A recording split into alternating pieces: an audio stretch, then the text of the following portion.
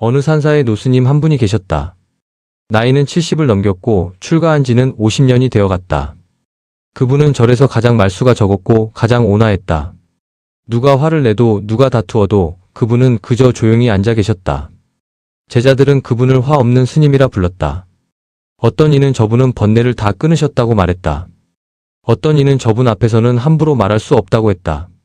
그만큼 그분은 고요했고 흔들림이 없었다. 그 절에는 젊은 수자 하나가 있었다. 이름은 명진이었다. 명진은 출가한 지 10년이 되었다. 참선도 했고 경도 읽었고 절도 많이 했다. 하지만 번뇌는 줄지 않았다.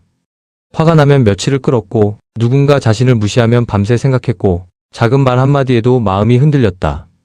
나는 왜 이럴까? 명진은 자주 이렇게 중얼거렸다. 수행을 해도 경을 읽어도 번뇌는 그대로인데. 명진은 노스님을 자주 관찰했다. 저분은 어떻게 저렇게 고요할 수 있을까? 저분은 정말 번뇌가 없는 걸까? 나도 저렇게 되고 싶다. 그는 노스님처럼 되기 위해 더 많이 참선했다. 화가 나려고 하면 억눌렀다. 짜증이 올라오면 참았다. 번뇌를 없애야 한다. 번뇌만 없으면 나도 저렇게 될 수 있다. 그렇게 믿었다. 어느 날 명진은 노스님께 여쭙다. 스님, 어떻게 하면 번뇌를 끊을 수 있습니까? 노스님은 잠시 그를 보다가 말했다. 끊으려 하지 마라. 명진은 이해할 수 없었다. 하지만 경전에는 번뇌를 끊으라고 하지 않습니까? 노스님은 대답하지 않았다. 그저 조용히 차를 한 모금 마셨다. 명진은 며칠을 고민했다. 끊지 말라니 그럼 어쩌라는 걸까? 번뇌를 그냥 두라는 건가? 그럼 나는 평생 이렇게 사는 건가? 그는 더 열심히 수행하기로 했다. 새벽 예불도 빠지지 않았고 참선 시간도 늘렸고 식사도 줄였다. 하지만 번뇌는 오히려 더 커졌다. 어느 날 저녁이었다. 절에 손님 한 분이 찾아왔다. 사업가처럼 보이는 중년 남자였다. 그는 법당에 들어와 절을 했고 공양주 스님께 시주금을 건넸다. 그리고 이렇게 말했다. 저희 아버지가 돌아가셨습니다. 49제를 모시고 싶습니다. 공양주 스님이 답했다. 스님들께 여쭙고 날짜를 정하겠습니다. 그런데 그 남자는 갑자기 목소리를 높였다. 날짜는 제가 정합니다. 저는 돈을 냈습니다. 여기서 가장 높으신 분이 직접 집전해 주십시오. 공양주 스님은 난처한 표정을 지었다. 저희 주지 스님께서는 건강이 좋지 않으셔서. 건강이 안 좋으면 왜 주지를 하십니까? 제가 얼마를 냈는데요? 남자의 목소리는 점점 커졌다. 그때였다. 안쪽 방에서 노스님이 나오셨다. 평소처럼 고요한 얼굴이었다. 남자는 노스님을 보더니 물었다. 이분이 주지 스님입니까? 공양주 스님이 답했다. 아닙니다. 이분은. 그럼 상관없습니다. 주지 스님을 불러주십시오. 노스님은 가만히 서 계셨다. 남자는 노스님을 보지도 않았다. 그저 손목시계를 들여다보며 말했다. 시간 없습니다. 빨리 결정해 주세요. 노스님은 한참을 서 계셨다. 그리고 조용히 돌아서서 방으로 들어가셨다. 명진은 그 모습을 멀리서 지켜보았다. 역시 스님은 흔들리지 않으신다. 다음날 아침이었다. 명진은 마당을 쓸고 있었다. 그때 어제 그 남자가 다시 나타났다. 이번에는 법당으로 바로 들어갔다. 명진은 핏자루를 놓고 법당 쪽으로 걸어갔다. 법당 안에서 목소리가 들렸다. 남자의 목소리였다. 이게 뭡니까? 제가 원하는 날짜가 아니라고요. 도대체 여기는 무슨 절입니까? 돈만 받아놓고 이런 식으로 하는 겁니까? 명진은 문 앞에 섰다. 안에는 공양주 스님과 남자가 있었다. 그리고 노스님도 계셨다. 남자는 계속 소리를 질렀다. 제 아버지가 돌아가셨다고요.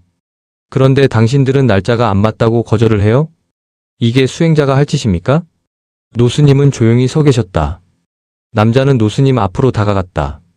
당신도 스님이라는 사람이 이런 식으로 하는 겁니까? 그리고 손가락으로 노스님의 가슴을 찔렀다. 말을 하세요. 말을. 그때였다. 노스님이 소리를 질렀다. 나가시오. 목소리는 크지 않았지만 법당 전체가 흔들리는 것 같았다. 남자는 멈칫했다. 노스님의 얼굴은 붉어져 있었고 두 손은 떨리고 있었다. 당신이 슬픈 건 압니다. 하지만 이곳을 함부로 대하지 마십시오. 이곳은 기도하는 곳이지 돈으로 거래하는 곳이 아닙니다. 남자는 몇 초간 노스님을 보다가 고개를 돌리고 나갔다. 법당은 조용해졌다. 공양주 스님도 아무 말 없이 나갔다. 노스님은 그 자리에 멈춰 서 계셨다. 그리고 천천히 자리에 앉으셨다. 명진은 문 밖에서 그 모습을 보고 있었다. 명진은 충격을 받았다. 스님이 화를 내시다니. 30년을 보았지만 처음이다. 번뇌를 끊지 못한 걸까? 아니면 수행이 부족한 걸까? 그는 며칠 동안 그 장면을 떠올렸다. 사흘째 되던 날, 명진은 노스님께 여쭙다. 스님, 송구스럽지만 여쭙겠습니다. 그날 화를 내신 것은 번뇌 때문이었습니까? 노스님은 한참을 말이 없으셨다. 그리고 이렇게 물으셨다. 너는 그때 내가 무엇을 본 것 같으냐? 명진은 답했다. 무례한 사람을 보신 것 아닙니까? 노스님은 고개를 저었다. 나는 그때 화를 보았다. 명진은 고개를 갸웃했다. 화를 보셨다고요? 그렇다. 내 안에서 화가 일어나는 것을 보았다. 하지만 화를 내셨지 않습니까? 노스님은 잠시 멈췄다가 말했다. 화가 일어나는 것과 화를 내는 것은 다르다. 명진은 더 혼란스러웠다. 그럼 스님께서는 화를 끊지 않으신 겁니까? 노스님은 고개를 끄덕였다. 나는 화를 끊지 않았다. 화가 일어나는 것을 보았을 뿐이다. 그럼 화를 낸 것은요? 화를 냈다. 하지만 화를 붙잡지는 않았다. 명진은 며칠을 더 생각했다. 화를 보았다는 것이 무슨 뜻일까? 화를 끊지 않았다는 것은 또 무엇일까? 그는 자신의 수행을 돌아보았다. 자신은 늘 화를 억누르려 했다. 화가 일어나면 안 돼 하며 밀어냈다. 그런데 노스님은 화를 보았다고 했다. 며칠 뒤 명진은 부엌에서 설거지를 하고 있었다. 그런데 다른 수자가 와서 말했다. 형님, 제가 쓰던 그릇을 왜 치웠습니까? 명진은 기억이 나지 않았다. 내가 치웠나? 분명 여기 놔뒀는데 없어졌습니다. 순간 짜증이 올라왔다. 내가 왜 내 그릇을 치워? 내가 잘못 둔 거 아니야? 하지만 그 순간 명진은 멈췄다. 아, 지금 화가 일어나고 있구나. 그는 화를 밀어내려 하지 않았다. 그저 그것이 올라오는 것을 보았다. 가슴이 뜨거워지는 것, 목소리가 높아지려는 것, 상대방을 탓하려는 것. 그것을 그대로 보았다. 그리고 천천히 말했다. 미안하다. 내가 확인해 볼게. 상대 수자는 의외라는 표정을 지었다. 아, 네. 괜찮습니다. 그리고 돌아갔다. 명진은 그 자리에 서서 자신의 가슴을 들여다보았다. 화는 아직 남아 있었다. 하지만 그는 그것을 붙잡지 않았다. 그저 있게 두었다. 시간이 흐르자 화는 사라졌다. 밀어낸 것도 아니고 참은 것도 아닌데 그냥 사라졌다. 명진은 처음으로 깨달았다. 번뇌는 없애는 게 아니구나. 다음 날 명진은 다시 노스님을 찾아갔다. 스님, 이제 조금 알 것 같습니다. 노스님은 고개를 끄덕이셨다. 무엇을 알았느냐? 번뇌는 없애는 것이 아니라 보는 것이라는 걸요. 노스님은 미소 지으셨다. 그렇다. 번뇌는 없애는 것이 아니다. 번뇌를 없애려는 마음, 그것이 또 하나의 번뇌다. 명진은 조용히 고개를 숙였다. 그럼 스님께서 그날 화를 내신 것은? 화를 냈다. 하지만 화를 나라고 여기지 않았다. 명진은 며칠을 더 수행했다. 이제 그는 번뇌를 억누르지 않았다. 화가 일어나면 보았고, 짜증이 일어나면 보았고, 집착이 일어나면 보았다. 그것을 없애려 하지 않았다. 그저 있게 두었다. 신기한 일이 일어났다. 번뇌는 여전히 일어났다. 하지만 그것이 오래 머물지 않았다. 구름처럼 왔다가 구름처럼 사라졌다. 명진은 더 이상 번뇌와 싸우지 않았다.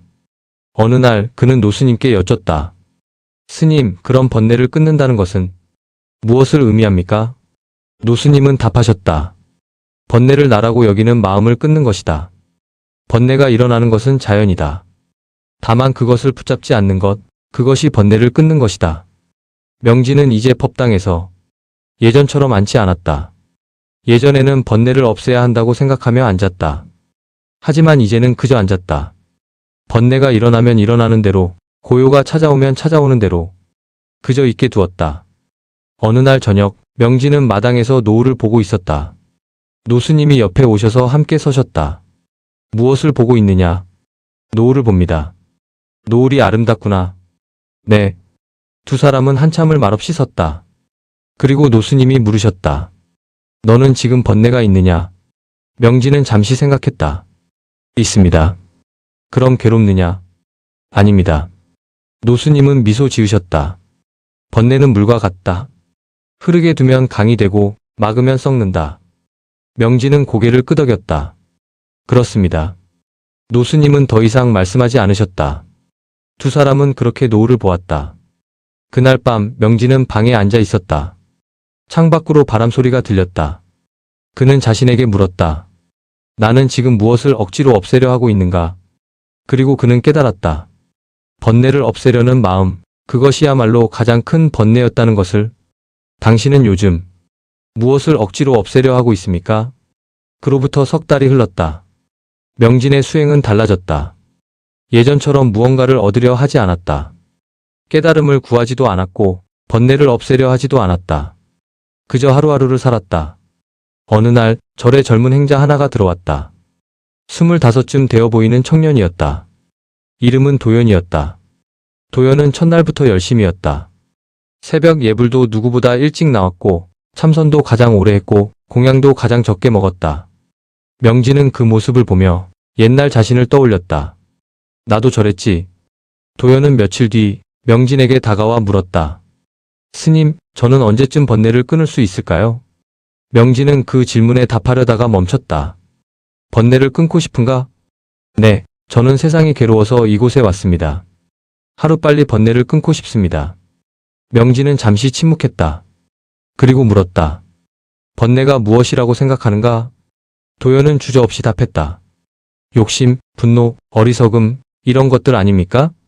명진은 고개를 끄덕였다. 맞다. 그런데 그것들을 없앨 수 있다고 생각하는가? 당연하지 않습니까? 수행을 하면 없어지는 거 아닙니까? 명진은 미소를 지었다. 나도 그렇게 생각했다. 도연은 의아한 표정을 지었다. 그렇게 생각했다고요? 그렇다. 하지만 지금은 다르게 생각한다. 어떻게 생각하십니까? 명진은 하늘을 보았다.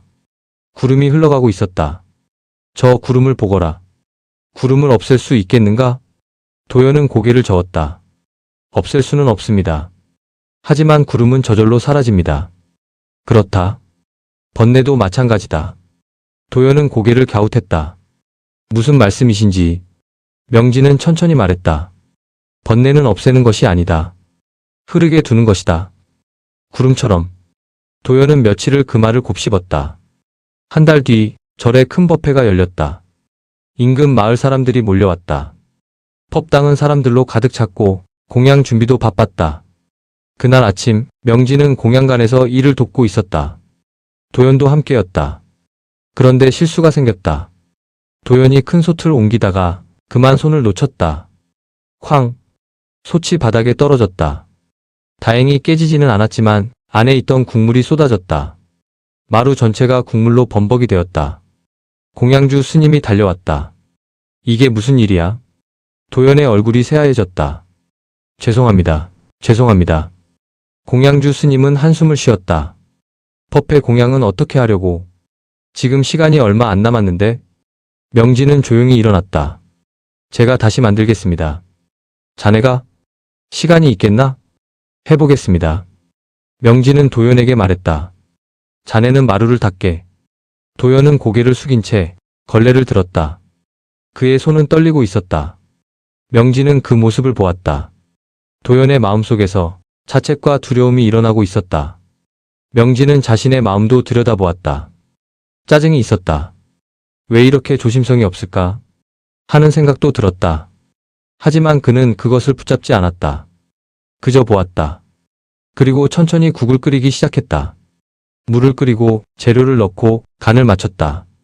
마음은 여전히 분주했지만 손은 차분했다. 1시간 뒤 국이 완성되었다. 법회는 무사히 진행되었다. 공양도 모두 잘 마쳤다.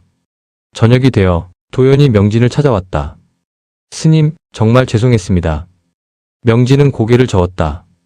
괜찮다. 하지만 스님께서 고생하셨는데. 고생이 아니다. 그냥 국을 끓였을 뿐이다. 도연은 잠시 망설이다 물었다. 스님께서는 화가 나지 않으셨습니까? 명진은 솔직하게 답했다. 났다. 도연은 놀란 표정을 지었다. 그런데 어떻게 그렇게 침착하셨습니까? 명진은 천천히 말했다. 화가 난 것과 화에 휘둘리는 것은 다르다. 나는 화가 났다. 하지만 그것을 붙잡지 않았다. 도연은 고개를 갸웃했다. 붙잡지 않는다는 게 무슨 뜻입니까? 화가 일어나면 그것을 보는 거다. 아, 지금 화가 나는구나 하고. 그리고 그냥 두는 거다. 밀어내지도 말고 키우지도 말고. 도연은 며칠을 그 말을 생각했다. 그리고 어느 날 다시 명진을 찾아왔다. 스님, 그런데 화를 그냥 두면 그게 사라집니까? 명진은 고개를 끄덕였다. 사라진다. 구름처럼. 그의 겨울이 왔다. 노스님의 건강이 나빠지셨다. 자리에 누워 계신 날이 많아졌다. 명진은 매일 노스님을 찾아뵈었다. 어느 날 노스님이 명진을 부르셨다. 명진아. 예, 스님. 너는 이제 알겠느냐? 무엇을 말씀이십니까? 노스님은 천천히 말씀하셨다. 번뇌의 본질을. 명진은 잠시 생각했다. 조금은 알 것 같습니다. 말해보거라. 번뇌는 우리 안에서 일어나는 자연스러운 흐름입니다. 화도 일어나고 욕심도 일어나고 두려움도 일어납니다. 하지만 그것이 나는 아닙니다. 노스님은 고개를 끄덕이셨다. 그렇다. 번뇌는 나가 아니다. 다만 일어났다 사라지는 현상일 뿐이다. 그런데 사람들은 그것을 나라고 여긴다. 그래서 괴롭다. 명진은 조용히 들었다. 노스님은 계속 말씀하셨다. 내가 그날 화를 낸 것을 기억하느냐? 예, 기억합니다. 나는 그때 화를 냈다. 하지만 화가 나라고 여기지 않았다. 화는 그저 일어났을 뿐이다. 스님, 그럼 수행이란 무엇입니까? 노스님은 미소를 지으셨다. 수행은 번뇌를 없애는 것이 아니다. 번뇌를 나라고 여기지 않는 것이다. 그것을 보는 것이다. 그냥 보는 것. 명진은 눈물이 났다. 왜 그런지 스스로도 몰랐다. 다만 알았다. 자신이 15년 동안 찾던 것이 바로 이것이었다는 것을. 노스님은 명진의 손을 잡으셨다. 명진아, 너는 이제 알았으니 다른 이들에게도 전하거라. 번뇌는 적이 아니라고. 번뇌는 그저 구름이라고. 흐르게 두면 된다고. 다음 해봄, 노스님은 조용히 입적하셨다. 절에는 많은 사람들이 찾아왔다. 제자들은 울었고 신도들도 울었다. 명진은 울지 않았다. 슬픔은 있었다. 하지만 그것을 붙잡지 않았다. 슬픔이 일어나는 것을 보았고 그것이 흐르게 두었다. 49제가 끝난 후 명진은 도연과 함께 앉아 있었다. 도연이 물었다. 스님, 노스님께서는 정말 번뇌가 없으셨던 걸까요? 명진은 고개를 저었다. 아니다. 도연은 놀랐다. 그럼요? 노스님께도 번뇌는 있으셨다. 화도 나셨고 슬픔도 느끼셨다. 하지만 그것을 붙잡지 않으셨다. 그것이 차이다. 도연은 한참을 생각하다 물었다. 그럼 저도 그렇게 될 수 있을까요? 명진은 미소를 지었다. 될 수 있다. 하지만 되려고 하지 마라. 그저 보거라. 지금 이 순간 내 안에서 일어나는 것을. 그날 이후 명진은 법문을 하기 시작했다. 많은 사람들이 찾아왔다. 어떻게 하면 번뇌를 끊을 수 있습니까? 어떻게 하면 화를 내지 않을 수 있습니까? 어떻게 하면 마음이 편안해질 수 있습니까? 명진은 늘 이렇게 답했다. 끊으려 하지 마십시오. 내지 않으려 하지도 마십시오. 편안해지려 하지도 마십시오. 그저 보십시오. 지금 이 순간 당신 안에서 무엇이 일어나는지. 몇 년이 흘렀다. 도연은 이제 명진의 가장 가까운 제자가 되었다. 어느 날 도연이 명진에게 말했다. 스님, 요즘 저는 번뇌가 거의 일어나지 않습니다. 마음이 늘 고요합니다. 명진은 고개를 저었다. 조심해라. 예? 번뇌가 일어나지 않는 것이 아니다. 내가 느끼지 못하고 있을 뿐이다. 도연은 당황했다. 그럼 제 수행이 잘못된 겁니까? 잘못된 것은 아니다. 하지만 조심해야 한다. 번뇌가 없다고 여기는 것, 그것도 하나의 집착이다. 도연은 며칠을 고민했다. 그리고 어느 날 화가 났다. 사소한 일이었다. 누군가 자신의 물건을 함부로 옮겼을 뿐이었다. 하지만 화가 치밀었다. 도연은 당황했다. 나는 수행자인데 왜 이런 감정이. 그때 명진의 말이 떠올랐다. 번뇌가 일어나는 것을 보라. 도연은 멈췄다. 그리고 보았다. 화가 일어나는 것을, 가슴이 뜨거워지는 것을, 주먹이 쥐어지는 것을. 그는 그것을 밀어내지 않았다. 그저 보았다. 시간이 흘렀다.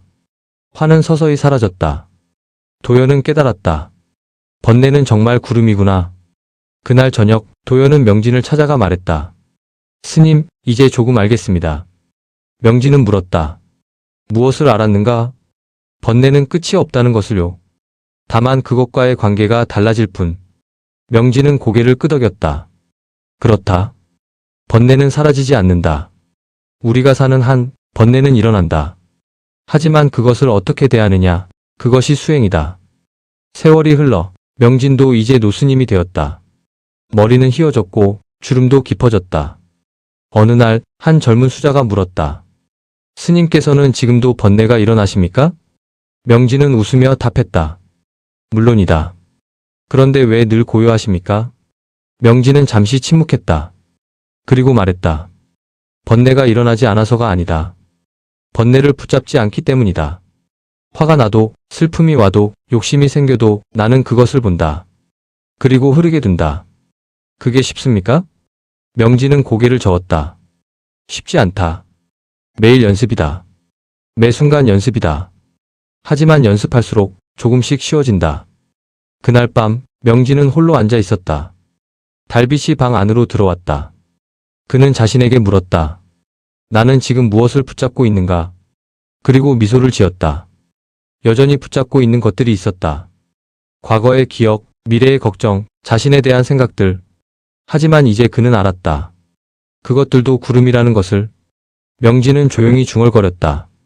번뇌는 끝나지 않는다. 하지만 괴로움은 끝날 수 있다. 번뇌를 보는 순간 괴로움은 사라진다. 다음날 아침 명진은 법당에 앉아 있었다. 새벽 예불 시간이었다. 대중들이 하나둘 모여들었다. 목탁 소리가 울렸다. 예불이 끝나고 명진은 짧은 법문을 했다. 여러분, 번뇌는 적이 아닙니다. 번뇌는 그저 우리 안에서 일어나는 자연스러운 현상입니다. 화가 나는 것, 슬픈 것, 두려운 것 모두 자연스러운 것입니다. 다만 그것을 나라고 여기지 마십시오. 그것을 붙잡지 마십시오. 그저 보십시오. 아, 지금 화가 나는구나. 아, 지금 슬픔이 일어나는구나. 이렇게 보십시오. 그리고 흐르게 두십시오. 대중들은 조용히 들었다. 명진은 마지막으로 말했다. 여러분, 수행은 멀리 있지 않습니다. 지금 이 순간 여러분 안에서 일어나는 것을 보는 것, 그것이 수행입니다.